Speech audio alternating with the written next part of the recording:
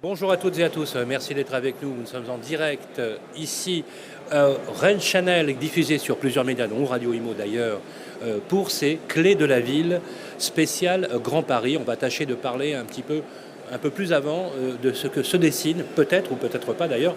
On va faire le point sur ce qu'est le Grand Paris, toujours accompagné de mon fidèle complice Olivier Marin, rédacteur en chef Figaro Immobilier. Salut Olivier.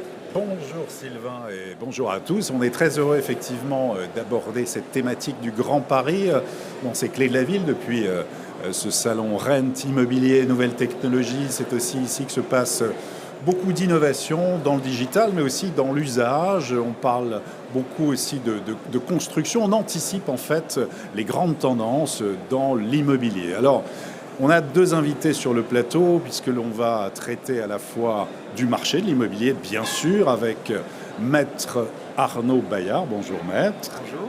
Alors, vous êtes l'un des porte-parole des notaires du Grand Paris. Tout à fait. Et donc, je suis notaire à Paris. Et aujourd'hui, nous allons parler donc du marché du Grand Paris avec toute cette actualité. Avec ces ventes immobilières et donc à la fois sur les volumes et sur les prix. Eh bien, on le verra. Et puis, j'aurais dû commencer par vous. Brigitte Métra, bonjour. Nous sommes très heureux de vous avoir sur le plateau. Bonjour. Architecte et urbaniste, aussi sur les façons de vivre et d'habiter. On en parle aussi beaucoup en ce moment, même politiquement, notamment sur la maison individuelle. Est-ce qu'il y a encore de l'avenir? On en parlera. Mais tout d'abord, je laisse Sylvain introduire. Alors justement, le Grand Paris, bon, j'ai un son qui est pas bon du tout, hein, pas bon du tout. Je veux bien, mais là j'ai vraiment pas beaucoup de son. Est-ce que vous m'entendez bien? Oui. Vous m'entendez bien? Oui, je vous entends. Je vais tâcher de parler un peu plus fort. Je vais m'adresser à vous en tant qu'architecte urbaniste. Le Grand Paris, ça date pas d'hier. C'est un grand projet et à l'heure où l'Europe, où certaines grandes capitales ont déjà construit leur Grand Paris à eux-mêmes, on se demande pourquoi, en France, avant qu'on commence un petit peu à développer l'idée, pourquoi, en France, ce Grand Paris tel qu'on l'imagine n'a pas pu finalement voir le jour. Alors, je pense qu'il est en gestation, effectivement, c'est une grande idée, mais je pense qu'on a un millefeuille administratif. En fait, on a un problème politique puisque la gouvernance, elle n'est pas généralisée. Dans les grandes métropoles, on peut dire Lyon, il n'y a pas de Grand Lyon et de Lyon intramuros, si vous voulez. Nous, on a un périphérique qui circonscrit 2 millions et quelques d'habitants et les 11-12 millions tout autour sont administrés par des communes qui sont différentes. Donc, il faudrait un grand accord, si je puis dire, territorial, que tous les acteurs se mettent autour de la table pour le bien commun parce qu'il s'agit du bien commun. C'est un territoire qui est unique, avec des particularités très différentes, mais c'est ce qui en fait sa richesse. Et en fait, il faudrait pouvoir le développer ensemble, si vous voulez. Avec ces particularités, il ne faut pas uniformiser. Développer ensemble, c'est vraiment... Alors, vas-y, pose une question, parce que là, j'y arrive pas avec le micro. Oui, alors, ce dessin, on va peut-être revenir sur cette idée. Avant de voir sur déjà la gouvernance, peut-être déjà dire un mot sur les enjeux. Les enjeux, quand on parle du Grand Paris, on parle déjà du Grand Paris Express. Là, c'est un nouveau métro qui doit relier les principaux lieux de vie, d'activité en banlieue, 200 km de ligne, 68 gares, 80 en correspondance, 3 millions de voyageurs. Tout ça doit faciliter à la fois les déplacements et c'est un réseau qui doit être progressivement mis en service, donc entre 2024 et 2030, et puis à cela s'ajoutent des prolongations de lignes. L'objectif donc c'est de rapprocher en fait les franciliens de l'emploi, des équipements, de la santé, des loisirs, voilà, apporter du gain de temps avec des enjeux qui sont à la fois économiques. On parle de développement de 115 000 emplois nés par le Grand Paris Express. C'est la ville de demain aussi que l'on est en train de construire. C'est un nouveau développement urbain, des tiers-lieux peut-être, des espaces partagés pour se rencontrer, pour télétravailler. Quelle vision, Brigitte Métra, avez-vous sur ce Grand Paris de demain ? Alors justement, nous étions dans l'ère fonctionnaliste au XXe siècle et circuler. Mais maintenant, circuler, c'est pas qu'il n'y a plus rien à voir. Il faut relier, il faut absolument ce Grand Paris Express. Mais il ne peut pas être réduit qu'à un métro, un super métro. Donc il faut penser territoire, bien vivre. Et la ville est en mal de bien-être, hein, on peut le dire, puisque beaucoup de franciliens veulent partir. Donc comment les retenir ? Comment rendre ce Grand Paris attractif, avec une densité désirable, avec ses besoins besoins et ces souhaits de Français voulant la maison individuelle, puisque c'est un des sujets, mais on ne peut plus miter le territoire, on ne peut plus continuer à construire sur les terres agricoles. Donc on est dans la quadrature du cercle entre densité, mais désirable, et besoin de nature, d'espace, du chez-soi, enfin voilà. Donc si vous voulez, je pense que le Grand Paris est un formidable terrain de jeu, parce qu'il y a beaucoup d'espace. Moi, j'ai fait des projets au cœur de Paris, où j'ai construit 84 000... excusez-moi. 84 000 mètres carrés de plancher sur un ancien dépôt de bus. On a enterré 45 000 mètres carrés de bus, c'est le centre de Lagny. Et au-dessus, j'ai fait un grand jardin de 2500 mètres carrés, des façades végétalisées. C'est l'IGPN, c'est le ministère de l'Intérieur qui a pris les 30 000 mètres carrés de bureaux. Et ils sont très heureux. Et en fait, les riverains, avec un jeu de prospects, on est allé au maximum de la densité autorisée, mais avec un jeu de couleurs, de matière, en fait, ça s'insère dans l'urbain. Donc il faut densifier de manière très sensible, selon les endroits.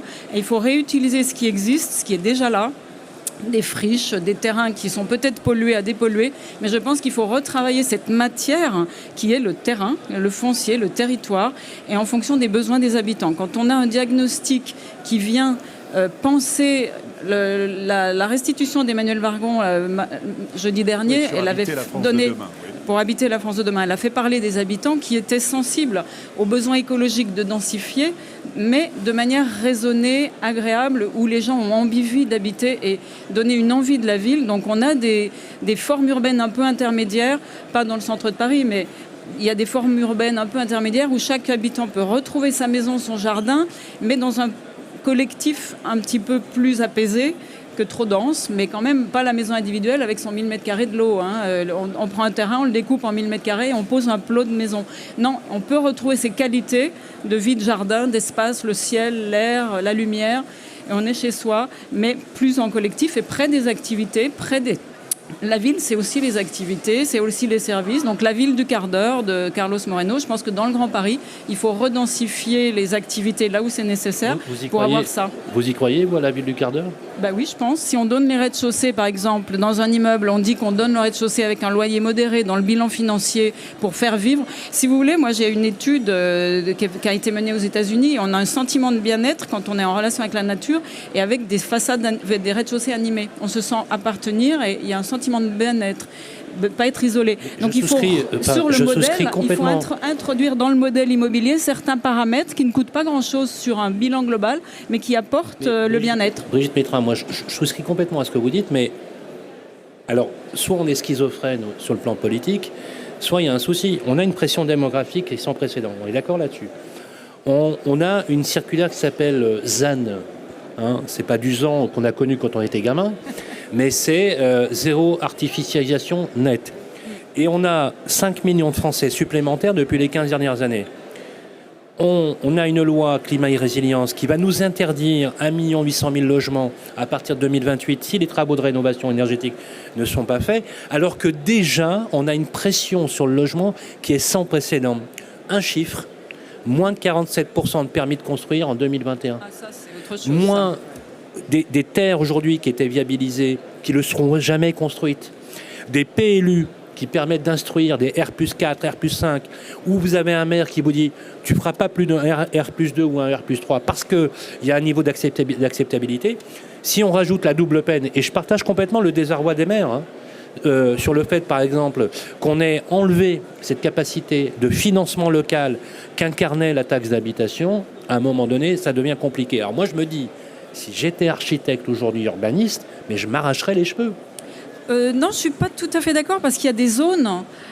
Vous voyez le périurbain, par exemple. Il a été artificialisé, les sols ont été artificialisés. Il y a des grandes zones de parking inutilisées. Donc il faut d'abord, à mon avis, voir ce qui existe. On peut enlever du bitume qui ne sert plus à rien, dépolluer les sols et construire à cet endroit-là sans atteindre l'empreinte, si vous voulez, naturelle. Après, je ne pense pas qu'il faut bloquer les constructions du tout. Je ne suis pas à dire qu'il ne faut pas construire, il faut construire. Mais il faut construire intelligemment, par territoire, et voir ce qui est possible. Brigitte, on est tous d'accord. Oui. Mais plus haut, plus dense. Mais pas n'importe comment, parce que... Ah non, mais personne n'a dit... Oui. Attendez, Paris est la ville la plus dense la tour Danube à Strasbourg, qui est une très belle tour, une des plus hautes tours, ou la tour Mostarnet en Suède, par exemple, qui est avec 10 000 m² de surface développée au logement. En Neuchâtel-sur-Bois, on ne peut pas rêver mieux pour l'environnement, quoi. Je suis d'accord, je ne suis pas contre la densité. Simplement, cette densité, Paris est une ville une des villes les plus denses du monde, et c'est en même temps une des plus belles. Donc, si vous voulez, on peut densifier, mais moi, j'habite dans un immeuble avec des logements traversants, avec des espaces extérieurs et avec des vues. J'ai pas de vis-à-vis, voilà. J'ai la chance d'être dans un quartier aéré avec des arbres, si vous voulez, c'est agréable. Mais je pense qu'on peut le faire de manière agréable. Donc, il faut penser pas que densité. Il y a eu une tendance pour réduire les transports, on densifie pour réduire les transports, mais ça ne répond pas forcément à une trop forte densité face à soi. Il faut densifier avec ses qualités de vie. C'est tout pour le bien-être. Il faut y penser en même temps. Il faut densifier, mais de manière désirable. Donc vous êtes en fait sur la rénovation avant tout du parc existant, c'est là qu'il faut agir, sachant que 80% des logements que nous habiterons en 2050 existent déjà. Et une rénovation, ça produit 2 fois moins de déchets qu'une construction neuve. Il faut avoir ça aussi en tête. Oui. Tout ce qui a été initié, on a parlé beaucoup aussi de revoir la notion d'espace, notamment d'espace intérieur. C'était le rapport de Girometti et de Leclerc, avec notamment maintenant des obligations, on va dire, minimum qu'un T3, un 3 pièces fasse au minimum 62 m². Qu'est-ce que vous en pensez? Est-ce que ça va dans le bon sens? Oui, tout à fait. Je soutiens absolument la démarche du ministère à ce niveau-là. Mais par contre, je ne suis pas pour la rénovation contre la construction, pas du tout. Mon projet du 20e, on a démoli pour reconstruire sur un terrain qui était occupé. C'est différent. C'est des terrains qui sont déjà occupés, mais avec assez bas, et on densifie, mais de manière acceptable. Donc non, je suis pas. Il faut pas opposer les deux. Il faut faire les deux. Voilà. Enfin, il faut faire les deux. Donc il n'y a pas de. Moi, je construis du neuf, mais j'apprécie le travail de mes confrères sur la réhabilitation. Par contre, les logements ont réduit. En 10 ans, on a perdu une pièce. Un T3 a perdu 10 m² en 10 ans.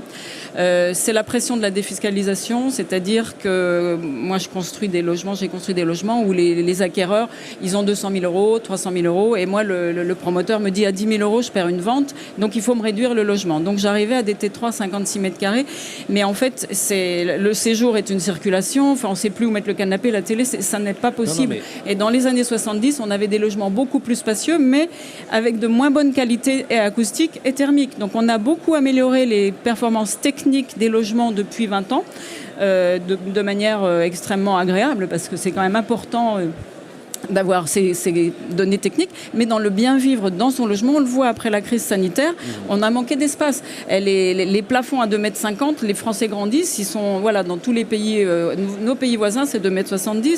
Donc, si vous voulez, avec plus d'espace et plus de vie, avec le télétravail, c'est devenu nécessaire. Donc, moi, je pense que dans le bilan financier, tout est dans cet équilibre financier. C'est pour ça que je parle de regrouper les acteurs avec une responsabilité sociale, solidaire, si je puis dire, pour le logement, que le foncier soit raisonnable, le prix du foncier soit raisonnable, qu'on fonctionne mieux avec l'administration, perd moins de temps, donc ça coûterait moins d'argent, parce que l'administratif, les millefeuilles contradictoires, on perd beaucoup de temps et d'argent à monter les opérations, et ensuite que le porteur peut aussi économiser dans ses coûts si on arrive à une bonne intelligence. Donc il faut absorber les coûts de ces surfaces ou volumes supplémentaires, à mon avis, parce qu'ils sont nécessaires. On a régressé sur la qualité des logements et on s'en est rendu compte de manière accrue avec la crise sanitaire. On va de plus en plus travailler chez soi et il faut pouvoir avoir un coin, enfin, vous voyez, que ce soit aménageable un peu différemment. Très bien, on va maintenant donner la parole quand même à Maître Arnaud Bayard, porte-parole des notaires du Grand Paris, l'un des porte-paroles. Alors, bon, là, on évoquait effectivement sur ces façons d'habiter, la construction, mais si l'on s'intéresse quelques instants avec vous sur l'activité du marché immobilier, notamment à Paris, est-ce que vous avez vu dans les différentes études ce phénomène déjà de départ de Parisiens vers la première couronne, de la première couronne vers la seconde couronne? Est-ce que vous voyez ce mouvement comme ça, même lentement, voir le jour? Tout à fait. Alors juste au préalable, si je peux me permettre pour rebondir sur ce que vient de dire Madame, les notaires du Grand Paris ont fait 30 propositions justement pour le logement de demain. Donc ces 30 nouvelles propositions, enfin ce ne sont pas forcément des nouvelles propositions, mais en tout cas ce sont des propositions. Elles sont d'actualité puisqu'il y a une conférence hier pour présenter ces propositions. Et notamment, il y a des sujets sur ce que vous venez d'évoquer, sur à la fois la densification de l'espace, puisque, comme vous venez de le dire, on ne peut pas s'étendre outre mesure, et donc il faut penser à la densification, sur la rénovation énergétique des logements. Donc il y a beaucoup de choses dans ces 30 propositions. Donc, par exemple, sur la densification, l'une des propositions, c'est d'assouplir les règles en matière de lotissement, sur les divisions de terrain, et sur ce que l'on peut faire à l'issue de ces divisions pour justement améliorer la densification. Donc là, ce serait plutôt en grande couronne pour les terrains qui sont sous ce régime du lotissement. Sur les aides pour la rénovation énergétique, donc il y a des propositions qui sont volontairement un peu punchy, j'allais dire, pour faire réagir. Donc ce ne sont pas des propositions exhaustives et ce ne sont pas des propositions qui sont complètement finalisées, mais c'est justement pour faire réagir, notamment en vue de l'élection présidentielle. Donc l'une des propositions, c'est par exemple de mieux adapter les aides liées à la rénovation énergétique avec une différenciation en fonction de l'amélioration énergétique du logement. Donc ce sont des aides graduées en fonction de ce que cela apporte réellement à l'efficience énergétique du logement. Il y a des propositions comme la restitution d'une partie des droits de mutation, parce que forcément dans le bilan financier des acquéreurs, il y a déjà quand même beaucoup d'argent qui a vocation à partir notamment dans les droits de mutation. Donc l'une des propositions, ce serait une restitution partielle des droits de mutation en fonction des travaux d'économie d'énergie que pourraient faire les acquéreurs, avec un engagement par exemple de faire des travaux 18 mois maximum après l'acquisition. Et il y a également d'autres propositions, vous l'évoquiez tout à l'heure sur les emplacements de stationnement, comme par exemple élargir un petit peu ce qui est fait à Paris, où il n'y a plus d'obligation de faire des emplacements de stationnement, élargir ce dispositif de manière plus globale en région parisienne à partir du moment où il y a des transports à proximité. Effectivement, on voit moins l'intérêt d'avoir des places de stationnement et puis ça réduit les possibilités de construire sur le terrain. Donc, pardon pour cette petite aparté. Ce sont des propositions pour faire réagir notamment les candidats à l'élection présidentielle. Exactement. Donc sur la partie, cette fois-ci, plutôt marché de l'immobilier, donc ce que l'on constate, comme vous l'évoquiez, c'est qu'effectivement le marché de l'immobilier Paris intramuros ne baisse pas vraiment en termes de prix, c'est une sorte de stagnation. Toujours à 10 700 € par mètre carré. On oscille entre 10 600 10 800 € du mètre. On prévoit une petite baisse annuelle. On n'a pas encore les chiffres du troisième trimestre, on les a généralement 2 mois après, mais d'environ 0,8%, et tout simplement parce qu'il y avait eu une forte augmentation en novembre 2020. Donc lissé sur l'année, ça ferait une baisse au final de 0,8, mais qui reste tout à fait raisonnable. Et en fait, plus on s'écarte de Paris, plus le marché est dynamique. Et en particulier pour forcément les maisons individuelles. Alors le marché, un attrait pour la maison individuelle. Voilà, il y a un attrait quand même pour la maison individuelle. Vous l'évoquiez tout à l'heure, on a besoin d'espace. On a besoin... Malgré le fait que la ministre du Logement a fait une sortie... dit que la maison individuelle était un non-sens écologique. Elle s'est un peu rattrapée quand même depuis. Voilà, elle est un peu revenue sur le sujet. Le marché en proche couronne, il y a très peu d'offres. Donc en termes de volume, on est à moins 1%, on était à moins 1% en deuxième trimestre, tout simplement parce qu'il n'y a pas d'offres. Il n'y a pas suffisamment d'offres sur le marché de la maison individuelle en première couronne. Et puis tout simplement, les personnes qui aujourd'hui ont une maison en première couronne, ce qu'ils font, c'est qu'ils la gardent en fait. Donc ils ne la mettent pas sur le marché. Donc plutôt une stagnation, voire une légère baisse. Et en revanche, les volumes sur la grande couronne, en maison d'habitation, donc là sont beaucoup plus importants, parce qu'on était à une augmentation au deuxième trimestre de plus 20%, et une augmentation par rapport aux 10 dernières années, donc par rapport au trimestre moyen des 10 dernières années, de 17%. Donc là, on voit qu'il y a vraiment un dynamisme sur le marché de la maison individuelle en grande couronne. Une réaction, Brigitte Mettra, notamment sur ce qu'a dit la ministre du Logement, sur ce non-sens économique, écologique et social de la maison individuelle. Qu'est-ce que vous en avez pensé ? Alors, moi, je vais rebondir comme vous l'avez fait. Nous, les architectes se sont regroupés aussi, les responsables de chaque organisation professionnelle, on s'est regroupés pour faire des propositions à la ministre avant la restitution. Et effectivement, nous sommes d'accord sur le fait qu'il faut une densification heureuse. Il faut densifier, mais de manière agréable. Et on ne peut plus complètement miter le territoire. Donc il faut trouver, comme vous le faites, densifier ces parcelles, donner plus de droits à construire sur les petites parcelles. Il faut ces espaces extérieurs. On est vraiment dans cette contradiction où nous, on a soutenu, on va faire une charte, je pense, sur le rapport Girometti-Leclerc. On va proposer des chartes au service des élus avec ces surfaces minimum et avec la qualité du quartier et aussi quand on rentre dans le logement sur lesquels ils pourraient s'appuyer, c'est-à-dire par territoire. Locale par territoire. Par territoire. Et vraiment un diagnostic, voilà, pas national, un diagnostic avec les habitants, comment densifier de manière... Quand on leur explique, c'est un changement de culture, quand on leur explique, on a vu cette restitution le 14, les habitants comprennent ce besoin de changer un petit peu de modèle.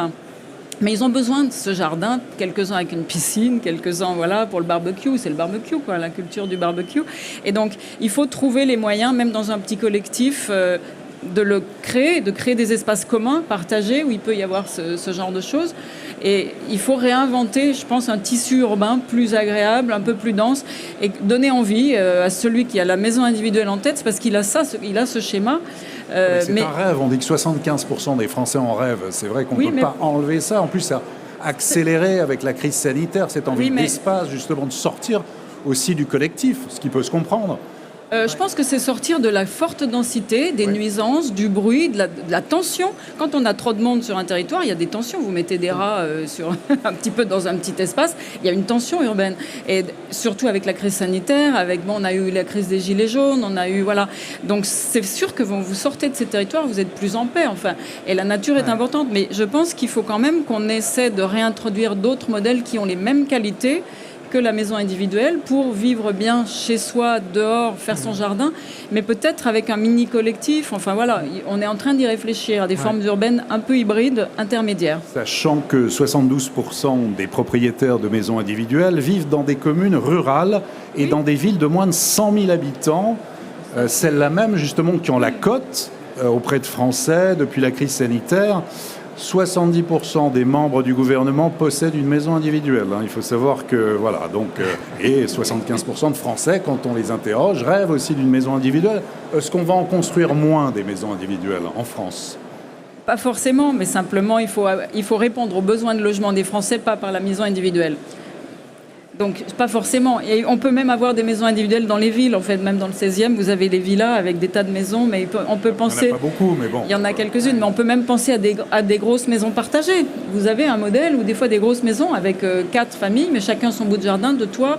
Enfin, on peut réfléchir à des choses. À Boulogne, vous en avez... C'est quoi ? C'est le kibbutz urbain du 21e siècle ? Non, je parle de Boulogne. De Boulogne. Boulogne, c'est pas loin. C'est des grosses maisons de famille qui ont été un peu divisées, mais vous avez ces cas. Enfin, on peut penser à plein d'autres manières. Et après, l'exode vers la Grande Couronne, c'est les prix quand même.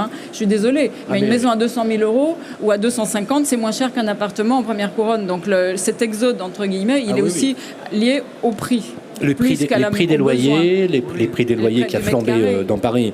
Et les notaires le savent bien, d'ailleurs. C'est pas une bonne nouvelle en soi. Faut le dire. Je veux dire, c'est pas parce que vous relevez des prix historiquement les plus hauts, vous les notaires. Et d'ailleurs, les notaires, il faut le dire, n'ont jamais été une profession dans laquelle ils se sont réjouis d'une hausse exponentielle des prix, que ce soit des loyers ou des acquisitions.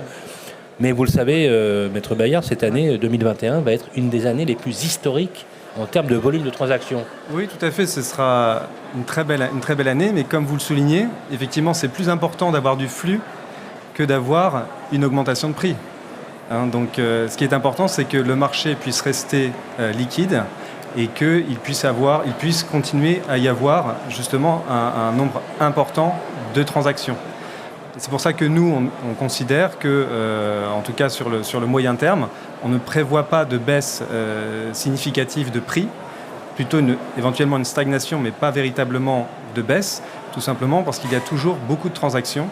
Et statistiquement, ces dernières années, en fait, la seule fois où il y a eu une véritable baisse, c'est lorsque nous étions à moins de 30 000 transactions par an dans Paris. Et aujourd'hui, on est bien au-delà, on est à 40 ou 45 000 transactions par an. Et justement, qu'est-ce qui pourrait inverser la tendance? Quels sont les voyants, selon vous, qui ferait qu'il y aurait un retournement de tendance, justement, parce qu'on ne va pas rester... Il y aura une limite à l'augmentation. Voilà. Est-ce que oui, tout à fait. c'est Alors, par les il y a prix, un sujet qui a été évoqué tout à l'heure, c'est donc cette fois-ci plutôt pour la petite couronne et la grande couronne, les permis de construire.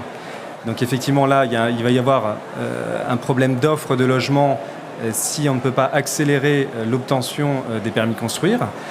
Ensuite, il y a le sujet taux d'emprunt. Aujourd'hui, les taux sont extrêmement faibles et donc il ne faudrait pas que les taux augmentent trop rapidement, ce qui risquerait de gripper la machine.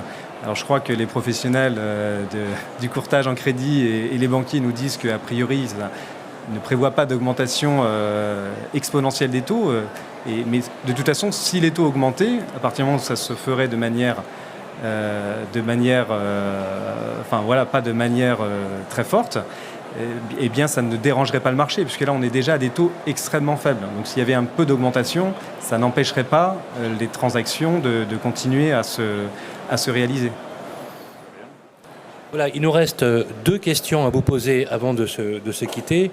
Il y a des défis actuellement pour l'urbaniste que vous êtes et l'architecte que vous êtes, parce que on est confronté finalement à quelque chose qu'on appelle des contraintes absolues, des contraintes sur lesquelles il n'y a plus d'options. On est obligé de faire avec.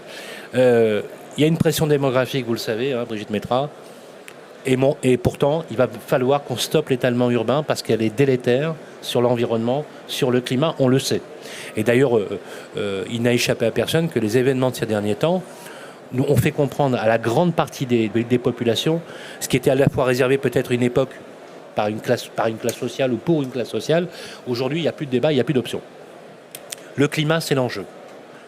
Mais il faut loger les personnes. Et on sait que c'est le premier marqueur social. Moi, c'est la question que je vous pose. C'est quoi la vision de demain? C'est quoi la vie? À quoi ressemblera-t-elle? Alors, on a compris. La vision de Moreno, c'est la vie du quart d'heure, c'est la polycentralité, c'est peut-être la hauteur, c'est peut-être la densité, c'est les communs qui sont plus apaisés, plus harmonieux, plus de verre, plus de perspectives. Néanmoins, est-ce que ça sera moins d'espace? Voilà la vraie question. Et la question de l'urbanité... Moins d'espace Alors, d'espace, je m'explique. Le confinement a eu ceci dans l'analyse des questionnaires qu'on a posés d'ailleurs avec Olivier, que les personnes, pendant le confinement, ont fait connaissance avec leur logement. C'est-à-dire que pour la première fois de leur vie, ils se sont retrouvés longtemps à l'intérieur de leur logement avec les mômes, sur lesquels effectivement les sacrifices qui avaient été faits sur la chambre, les sacrifices qui avaient été faits à cause des moyens sur la pièce à vivre, se sont révélés être facteurs de dégradation à la fois du moral des familles, voire même, dans certaines situations, un accélérateur des déséquilibres familiaux. Et on a eu, ça a littéralement explosé. Violence conjugale, etc., etc. Sans compter que le télétravail a été aussi un facteur qui a dégradé le moral des personnes, parce qu'effectivement, ils se sont retrouvés entre les mômes, l'odeur de la cuisine et madame qui faisait aussi ce qu'elle avait à faire, compliqué. Donc, on s'est rendu compte, quand on a posé la question aux Français, sur à peu près 10 000 personnes, que cette notion d'espace dans la shortlist, c'est-à-dire la vision de la perspective, qui apaise, une vision du verre, de l'air et de l'espace. Difficile à résoudre cette équation. Non, c'est-à-dire que je pense qu'il faut penser la ville maintenant avec ses critères, c'est-à-dire pas uniquement avec un tableau Excel, la thermique, vous savez, la R de 2020, 2012. La RT 2012 qui est devenue la RE 2020. Ouais, la RT, on a un petit peu une construction qui est faite avec des tableaux Excel, des marqueurs faits par des ingénieurs, j'ai rien contre les ingénieurs, mais si vous voulez, c'est un petit peu des points. Il faut avoir une vision holistique maintenant, globale. L'être humain, il est holistique. Et nous, effectivement, architectes, on est là pour faire de la synthèse de tout ça et d'avoir des idées et des propositions. Mais chaque proposition, elle est dans un territoire et avec l'air, la lumière, le HQE. Moi, j'ai travaillé au Danemark à un moment donné. C'est d'abord ça, les éléments naturels, comment on s'installe dans un site, le vent, la lumière, comment on oriente le bâtiment. Donc, au lieu de faire comme on a fait avant, on a un terrain, on le divise avec des parcelles de 1000 m², on fait une voirie, ça fait un lotissement. Maintenant, je dis, on est passé de l'îlot à la barre et on est passé de la barre au plot. Donc maintenant, on prend un terrain, on le divise et on met des plots. Et avec un maximum de mètres carrés pour rentabiliser la parcelle et l'opération. Non, il faut penser ville, urbain avec ces critères-là. Et nous, on est là pour ça, les architectes, parce notre travail, c'est de faire plaisir aux gens qui vont habiter dedans, dans une économie financière et économique fiable, stable, donc profitable, évidemment, mais avec ces critères. Donc il faut qu'on repense les morceaux de ville qui font un ensemble de ville avec ces paramètres, quoi. Il faut que les gens se sentent bien dans leur logement. Et en fait, c'est pour ça que d'une certaine manière, je soutiens ce que fait le gouvernement en ce moment. Quand le gouvernement donne des aides, il faut qu'il y ait une contrepartie qualitative. C'est lui seul qui peut réguler ça. Parce qu'en fait, les acteurs économiques, ils sont là pour faire tourner... l'investissement locatif, ouais. Oui, parce qu'ils sont là pour... Chaque acteur de l'immobilier, il est là quand même de la construction pour faire tourner sa machine. Hein, c'est du business. Donc, il faut bien que l'État régule avec ses critères de qualité et tout en densifiant. Et ça, c'est notre travail à tous. C'est un exercice pas facile, mais il faut le faire, là. Merci. Maître Bayard, justement, ouais. Les notaires sont très exposés. J'ai même vu un truc génial qui a été lancé il n'y a pas longtemps, qui s'appelle le prêt avance mutation. Vous en avez entendu parler ? Le prêt avance mutation, c'est un prêt pour financer le reste à vivre, ou le reste à charge, des foyers sur l'économie d'énergie ou sur la rénovation énergétique. Alors c'est très intéressant en termes de droit de propriété parce qu'on est en train de trouver des produits qui permettraient non plus d'être tributaires des revenus, mais de la valeur du bien. Ouais. Alors ça vous semble être une bonne solution ? Oui, et justement, vous faites bien parler, puisque c'est l'une des propositions des notaires du Grand Paris. Alors, ça avait un autre nom, mais ça revient au même. C'est en fait un crédit rechargeable. C'est-à-dire que vous achetez votre appartement, votre maison. Un crédit revolving, quoi. Enfin, non, ou in fine. Et en fait, votre crédit va se recharger, mais uniquement pour les besoins de la rénovation énergétique. Hein, donc justement, ça fait partie des propositions des notaires du Grand Paris. Et donc ce produit qui est sorti... Alors pour l'instant, c'est une proposition. Voilà. Donc là, non mais le produit est distribué actuellement, le prêt avance mutation par la Banque Postale. D'accord. Notamment, et avec un partenariat qui est fait avec les caisses d'épargne. Donc l'idée, parce qu'en fait, MaPrimeRénov', par exemple, qui finance la rénovation énergétique, peut laisser dans certaines situations des restes à charge de l'ordre de 8 000 jusqu'à 15 000, 20 000 euros. Donc effectivement, il y a des foyers qui ne sont pas capables de le financer. Donc du coup, l'avantage du prêt avance mutation, c'est que vous payez les intérêts pendant la durée du prêt et vous remboursez le nominal uniquement si vous vendez. Donc c'est un prêt très long terme. Ouais. Donc c'est plutôt un signal important. Vous, en tant que notaire, quand vous voyez le dessin du Grand Paris de ce qui attend, est-ce que l'Ordre des notaires aujourd'hui, le Conseil supérieur du notariat, voit dans le Grand Paris quelque chose qui est compatible avec les mesures et avec l'esprit qui vous anime, vous, en tant que notaire ? Alors, comme on le disait tout à l'heure, le logement, on est passé d'un logement finalement patrimoine à un logement plaisir, hein, raison pour laquelle eh bien, les personnes ont plutôt besoin d'espace. Alors, contrairement à ce que l'on croit d'ailleurs, finalement, il n'y a pas moins d'espace par personne habitant un logement, tout simplement parce que la cellule familiale est de plus en plus réduite. Hein, des fois, il y a des séparations et autres. Et donc, finalement, il n'y a pas forcément moins de mètres carrés par habitant. C'est la construction qui a peut-être été réduite. Hein, la taille des logements a peut-être été réduite. Mais en réalité, comme maintenant on a presque 2 logements au lieu d'un, eh bien, le mètre carré par habitant n'a pas été réduit.